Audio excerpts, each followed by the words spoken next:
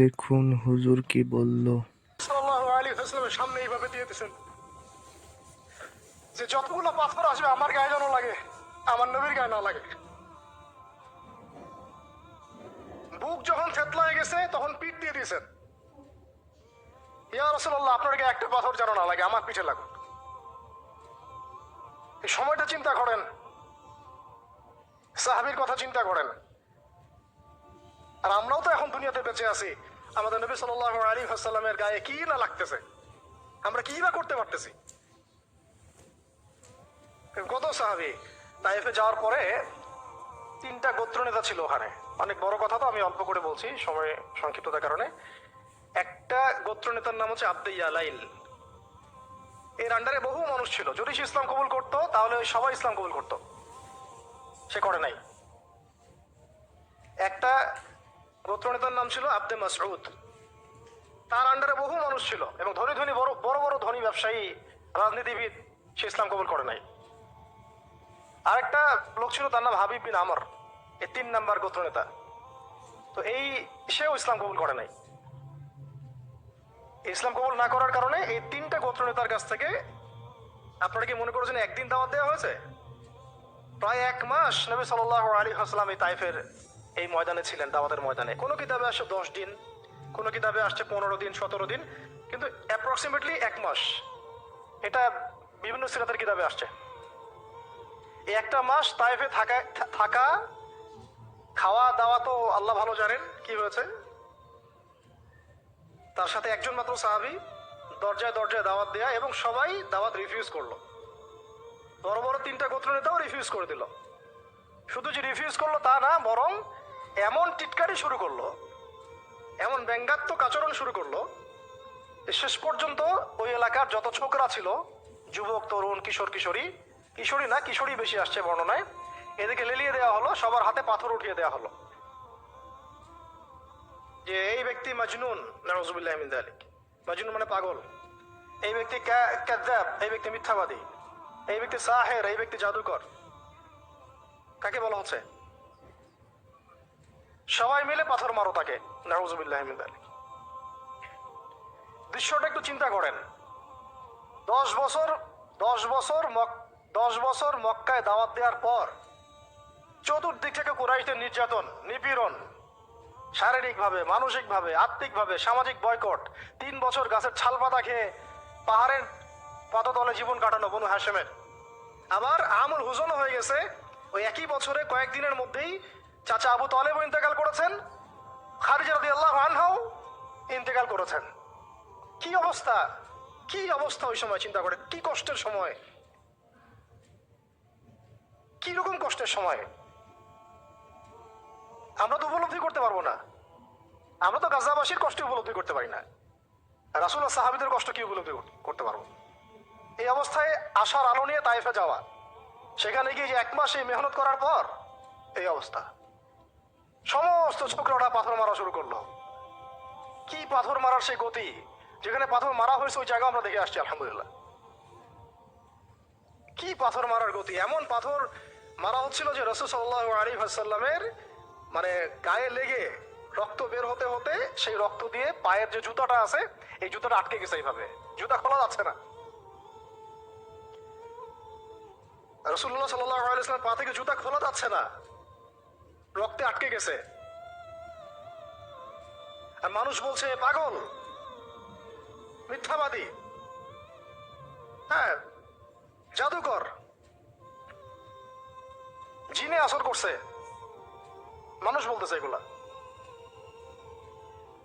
রাজনৈতিক ক্ষমতা চাই মনে হয়, হ্যাঁ অর্থ চাই মনে হয়, দুনিয়ার জৌলুস মনে হয় চায়, আমাদের আমাদের ঐক্য বিনষ্ট করতে আসছে। মারো একে, মেরে বিদায় করো এখান থেকে। কোন পর্যায়ে গেলে মানুষ এই কাজ করতে পারে, কি পরিমাণ ক্ষোভ থাকলে মানুষ এই কাজটা করতে পারে। আর কার এগেন্স্টে করছে? আল্লাহর প্রিয় হাবিব, যার জন্য আল্লাহ পাক ফিরদাউস রেখেছেন, মাকামে মাহমুদ রেখেছেন, যার সুপারিশ ছাড়া আমরা মনে হয় না জান্নাতে কেউ যেতে পারবো, অসম্ভব। যার যার সুপারিশ ছাড়া বিচার শুরুই হবে না কিয়ামতের মাঠে, হিসাব নিকাশ শুরুই হবে না, জান্নাত তো বহুত দূরের কথা, জান্নাতের দরজাও খোলা হবে না যিনি আগে না ঢোকা পর্যন্ত। তাকে মানুষ সেভাবে মারা শুরু করলো। রক্ত ঝরতেছে। এই সময়ে এই সাহাবী যায়েদ ইবনে হারেসা রাদিয়াল্লাহু আনহু নিজের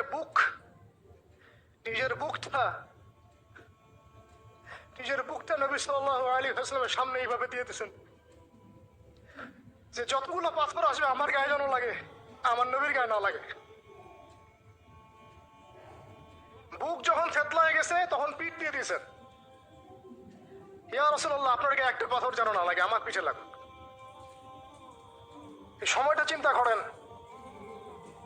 সাহাবীর কথা চিন্তা করেন, তাদের ত্যাগ তিতিক্ষার কথা চিন্তা করেন, ওই সময়ের সবরের কথা চিন্তা করেন। আর তায়েফবাসী নবী সাল্লাল্লাহু আলাইহি ওয়াসাল্লামের আপনজন ছিল। তায়েফের গোত্রে নবী সাল্লাল্লাহু আলাইহি ওয়াসাল্লামের দুধ পান করানো হয়েছিল, হালিমা সাঈদার গোত্র এটা। দূরের মানুষ আপনাকে যখন ভালো মন্দ বলবে আপনার অতটা কষ্ট হবে না যতটা আপনার কাছের মানুষ আপনাকে ভালো মন্দ বললে কষ্ট হবে। যখন আপনার প্রিয় মানুষেরা আপনাকে পাথর ছুড়বে, এই পাথরের আঘাত সহ্য করা এত সহজ না। কাফেররা, ফাসেকরা, জালেমরা, মুশরিক, মুনাফিকরা পাথর ছুড়বে, সেই পাথর আপনি সৌভাগ্যের সাথে বরণ করতে পারেন, সেই রক্তক্ষরণে আপনার কষ্ট হবে না। প্রিয় মানুষদের দেওয়া অপবাদ, মিথ্যাচার, গীবত, তহমত, পাথর আপনাকে এত কষ্ট দিবে, এই কষ্টের লোড আপনি সহ্য করতে পারবেন না। আর যদি আল্লাহ আপনাকে সহ্য করার ক্ষমতা দিয়ে দেন, ইনশাআল্লাহ আপনি এমন ব্যক্তি হবেন যে ব্যক্তির হাতে আল্লাহ রাব্বুল আলামিন ইসলামের ঝান্ডা উঠাই দেবেন ইনশাআল্লাহ। এবং ইনশাআল্লাহ যাকে আল্লাহ রাব্বুল আলামিন পুরো কওমের জন্য কবুল করবেন ইনশাআল্লাহ। এবং পুরো শক্তি আপনার সামনে একদিন না একদিন পরাজয় বরণ করবেই, সময়ের ব্যাপার। যায়েদ বিন হারেসা রাদিয়াল্লাহু আনহু নিজের বুকটা এইভাবে আগলায় দিয়ে রাখছেন, আমার গায়ে লাগুক ইয়া রাসূলুল্লাহ, আপনার গায়ে না লাগে। আজকে আপনি যায়েদ বিন হারেসাকে পাবেন কোথায়? কিসের ইসলামী বিপ্লবের কথা বলি আমরা? জামা ইমারা এটা ওইটা, যায়েদ বিন হারেসারাই তো নাই। ওইরকম আখলাকের নেতাও যেমন আমরা পাই না, ওই রকম যায়েদ বিন হারেসাদের মতো আমরা মামুরও তো পাই না। বরং এখন তো এমন যুগ চলতেছে যে মানুষ সামান্য দুনিয়াবী স্বার্থের কারণে, সামান্য দুনিয়াবী স্বার্থ, একটু মোহ, একটু দাম্ভিকতা, একটু অহংকার, একটু জিদ, একটু রাগ, একটু ক্ষোভ ইত্যাদির কারণে মানুষ, নিজের প্রিয় মানুষ আপনাকে মানুষের হাতে উঠাই দিতে পারে। সবাই মিলে তাকে পাথর মারো, আমি তাকে দেখতেছি। সবাই তাকে পাথর মারো, আমি তাকে দেখতেছি। যেন নিজের প্রিয় মানুষকে পাথর মারলে এটা দেখলে আপনার মনে আরো শান্তি আসতেছে। কিভাবে আপনি আপনার প্রিয় মানুষকে হাজারো লক্ষ মানুষের হাতে উঠাই দিতে পারেন, যে মানুষটা তাকে ধর্ষণ করবে, ছিঁড়ে খাবে, পাথর মেরে থাতলা করবে, আবার আপনি তাকে মহব্বতের দাবিও করেন? কিসের মহব্বত? মহব্বত কাকে বলে? মহব্বত তো এইটা যেটা যায়েদ ইবনে হারেসা রাদিয়াল্লাহু আনহু করেছেন। এটা কি মহব্বত না? এইরকম মহব্বতের নিদর্শন কি আমাদের মধ্যে আছে? কাকে মহব্বত বলা হয় আসলে? আপনারা দৃশ্যটা চিন্তা করেন, এগুলো সিরাতের কিতাবে মওজুদ, পড়েন। নিজের বুকটা তিনি আগলায় দিয়ে রাখছেন। ঠিক এরকমই উহুদের মাঠেও নিজের বুক আগলায় দিয়ে রাখছেন তালহা রাদিয়াল্লাহু আনহু। দূর থেকে একটার পর একটা তীর আসতেছে, ওনার গায়ে লাগতেছে। তীরের আঘাত কি চারটাখানি কথা? সাদ বিন আবি ওয়াক্কাস রাদিয়াল্লাহু আনহু পিঠ দিয়ে রাখছেন, ইয়া রাসূলুল্লাহ আপনার গায়ে যেন না লাগে। তোমরা জীবন্ত শহীদ দেখতে চাও? তালহাকে দেখো, 70-এর বেশি আঘাত তার গায়ে ছিল উহুদের দিন। সাদ বিন আবি ওয়াক্কাস রাদিয়াল্লাহু আনহুকে নবীজি বলছেন যে হে সাদ, তীর ছুড়ো, তোমার জন্য আমার পিতামাতা কুরবান হয়ে যাক। কোন সাহাবীর জন্য নবীজি এমন কথা বলেন নাই যে তোমার জন্য আমার পিতামাতা কুরবান হয়ে যাক। এবং সাহাবীরা বলতেন ইয়া রাসূলুল্লাহ আপনার জন্য আমার পিতামাতা কুরবান হয়ে যাক। একমাত্র সাহাবী সাদ বিন আবি ওয়াক্কাস রাদিয়াল্লাহু আনহুর জন্য নবী সাল্লাল্লাহু আলাইহি ওয়াসাল্লাম এই কথা বলেছেন। ওই ময়দানে উম্মে ওমারাও ছিলেন, মহিলা সাহাবী, অনবরত তীর ছুড়েছেন রাসূলের গায়ে যেন আঘাত না লাগে। ওই ময়দানে হানজালা ছিলেন, ছুটতে ছুটতে আবু সুফিয়ান পর্যন্ত পৌঁছে গিয়েছেন। ওই অবস্থায় তার শাহাদাত হয়ে গেছে, তাকে মারতে পারেন নাই, উল্টা তার গায়ে আঘাত লেগে গেছিল। গাসাসুল মালাইকা। শহীদ হওয়ার পরে দেখা যায় তার দেহটা মাটি থেকে উপরে উঠে আসে আর দেহ থেকে পানি ঝরতেছে। নবীজি জিজ্ঞাসা করা হলো তার এই হালত কেন? নবী সাল্লাল্লাহু আলাইহি ওয়াসাল্লাম বললেন যে গত রাত্রে স্ত্রীর সাথে ছিল সে, জিহাদের ডাক আসছে, ওই ওই ওই বিছানা থেকে চলে আসছে, বেচারা বিছানা থেকে এখানে চলে আসছে। হানজালা রাদিয়াল্লাহু আনহু শহীদ হয়ে গেছে, ফেরেশতারা তাকে গোসল দিচ্ছেন, এই যে পানি দেখা যাচ্ছে। ওই মাঠে সাদ বিন রবি রাদিয়াল্লাহু আনহু ছিলেন, একদম শেষ নিঃশ্বাস যাচ্ছে যাচ্ছে তার অবস্থা। আমাদের নবীজি বললেন সাদ বিন রবিকে খুঁজে বের করো, সে আমার প্রিয় ভাজন, তাকে খুঁজে বের করো। খুঁজতে গিয়ে দেখা গেল যে তিনি এইরকম একটা হালত, ৬০-৭০টা আঘাতের চিহ্ন নিয়ে প্রায় জান যাচ্ছে যাচ্ছে অবস্থা। ও সাহাবী বললেন, হে সাদ, হে সাদ, রাসূল সাল্লাল্লাহু আলাইহি ওয়াসাল্লাম তোমাকে সালাম দিয়েছে।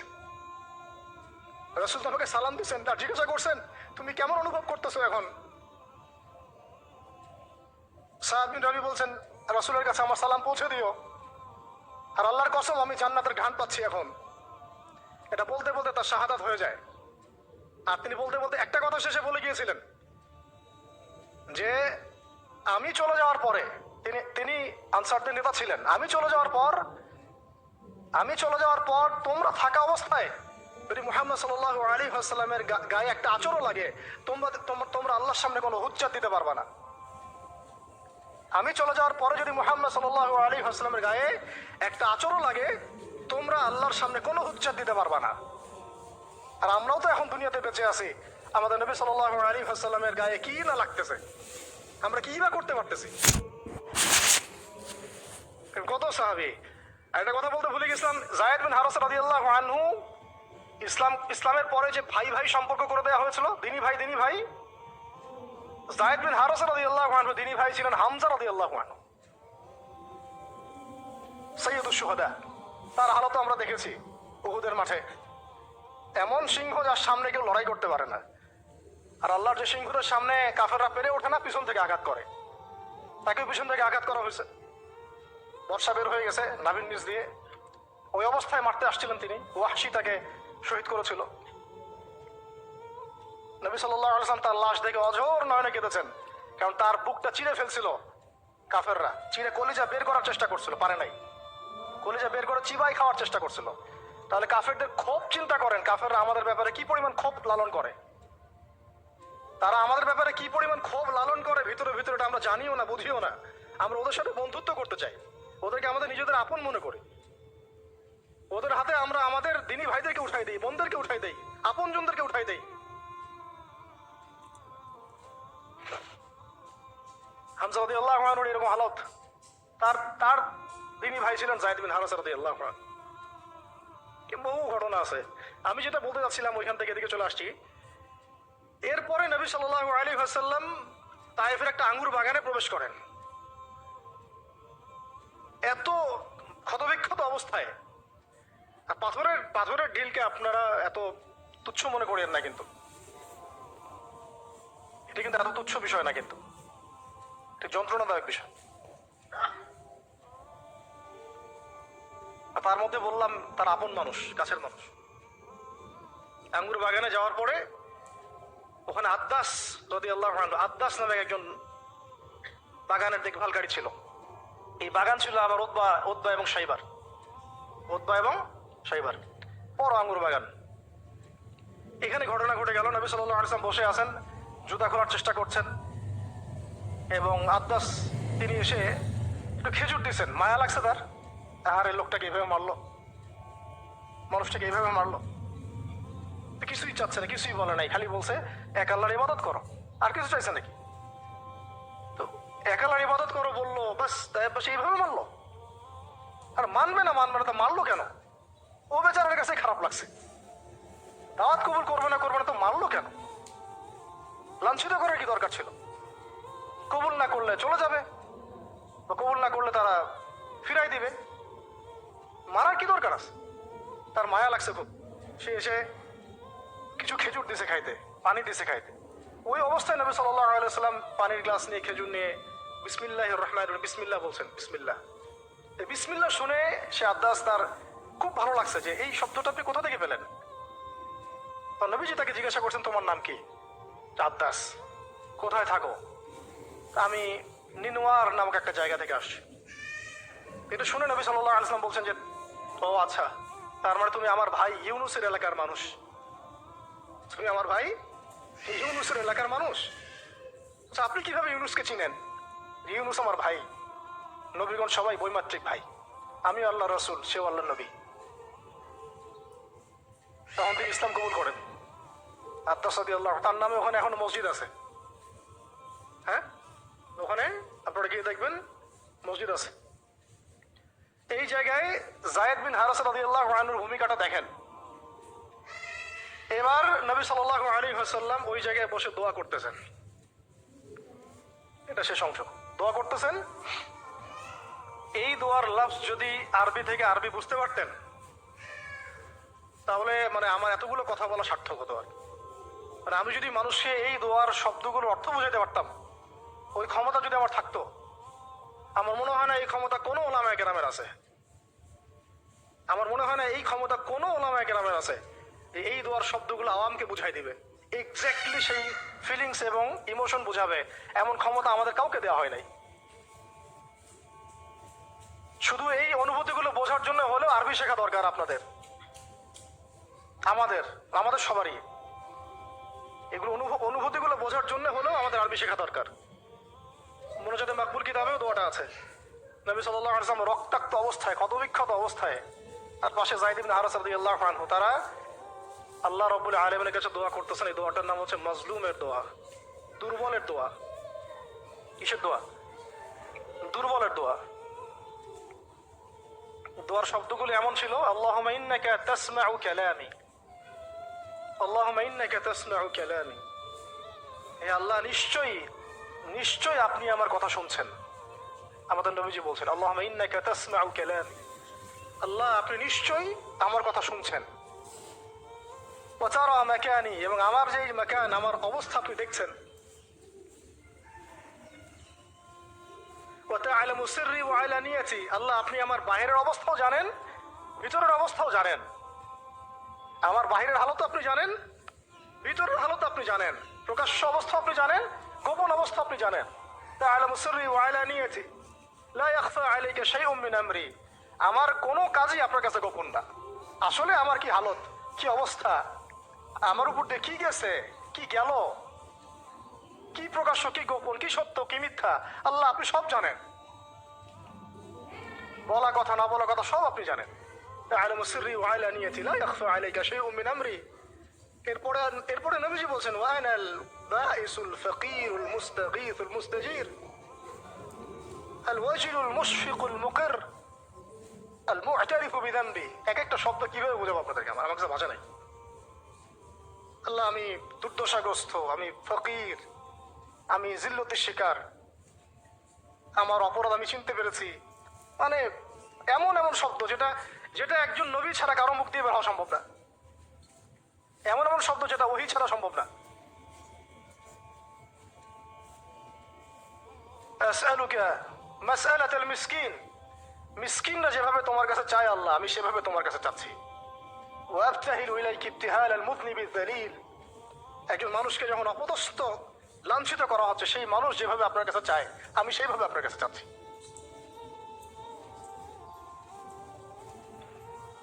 আরো অনেক শব্দ আছে, মাঝখানে লাইন আছে। একটা জায়গায় আছে অনেক বড় দোয়া, আল্লাহুম্মা ইয়া খায়রাল মাসউলিন ইয়া খায়রাল মু'তিন ইলাইকা আশকু দু'ফা কুওয়াতি। এই অংশটা সব কিতাবেই আছে সিরাতের। আল্লাহুম্মা ইলাইকা আশকু দু'ফা কুওয়াতি, আল্লাহ আমি তোমার কাছে আমার শক্তির অক্ষমতা প্রকাশ করতেছি। মানে আমার যে শক্তি নাই এখন, তাইবাসী আমার সাথে এগুলা করলো, আমার তো শক্তি নাই এখন, আমার এই শক্তির অক্ষমতা আল্লাহ আমি তোমার কাছে প্রকাশ করতেছি।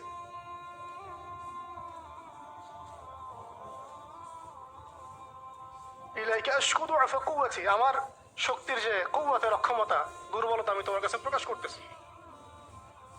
ওয়া কিল্লাতা হিলাতি, ওয়া কিল্লাতা হিলাতি, এই যে সহনশীলতা, এই সহনের যে ক্ষমতার যে ঘাটতি, এগুলো আমি তোমার কাছে পেশ করতেছি। ওয়াহাওয়ানি আলান নাস, ওয়াহাওয়ানি আলান নাস। আর এই যে পুরো মানুষ, তায়েফের পুরো মানুষ আমার সাথে যা করলো, তাদের সাথে লড়াই করার যে আমার অক্ষমতা, বা তাদেরকে বুঝানোর যে অক্ষমতা আমার, তাদেরকে যে আমি বুঝাতে পারতেছি না, এটা যে আমার অক্ষমতা, এই হালত আমি তোমার কাছে পেশ করতেছি। আল্লাহুম্মা ইলাইকা আশকু দুআফা কুওয়াতি ওয়া কিল্লাতা হিলাতি ওয়া হাওয়ানি আলান নাস। কি শব্দ! বলছি ইলা মান তাকিলুনি, আল্লাহুম্মা ইলা মান তাকিলুনি। আল্লাহ, তুমি আমাকে কাদের হাতে ন্যস্ত করলা? আল্লাহ, তুমি আমাকে কাদের হাতে ন্যস্ত করলা? ইলা আদুইন বাঈদিন ইয়াতাহাজ্জামুনি। আমাকে ঘর থেকে এত দূরে এনে, সেই মক্কা থেকে কত দূরে, আমাকে ঘর থেকে এত দূরে নিয়ে এসে আল্লাহ তুমি তোমার শত্রুদের হাতে আমাকে ন্যস্ত করলা। ইয়াতাহাজ্জামুনি, যারা চতুর্দিক থেকে আমাকে পাথর মারতেছে। কি আবেগ তোমার মধ্যে, কি ভাষা, কি লাফজ! ইলা আদুইন বাঈদিন ইয়াতাহাজ্জামুনি, তুমি আমাকে আল্লাহ ঘর থেকে বের করে এত দূরে নিয়ে আসলা, শত্রুদের হাতে সোপর্দ করলা, তারা আমাকে চতুর্দিক থেকে পাথর মারতেছে।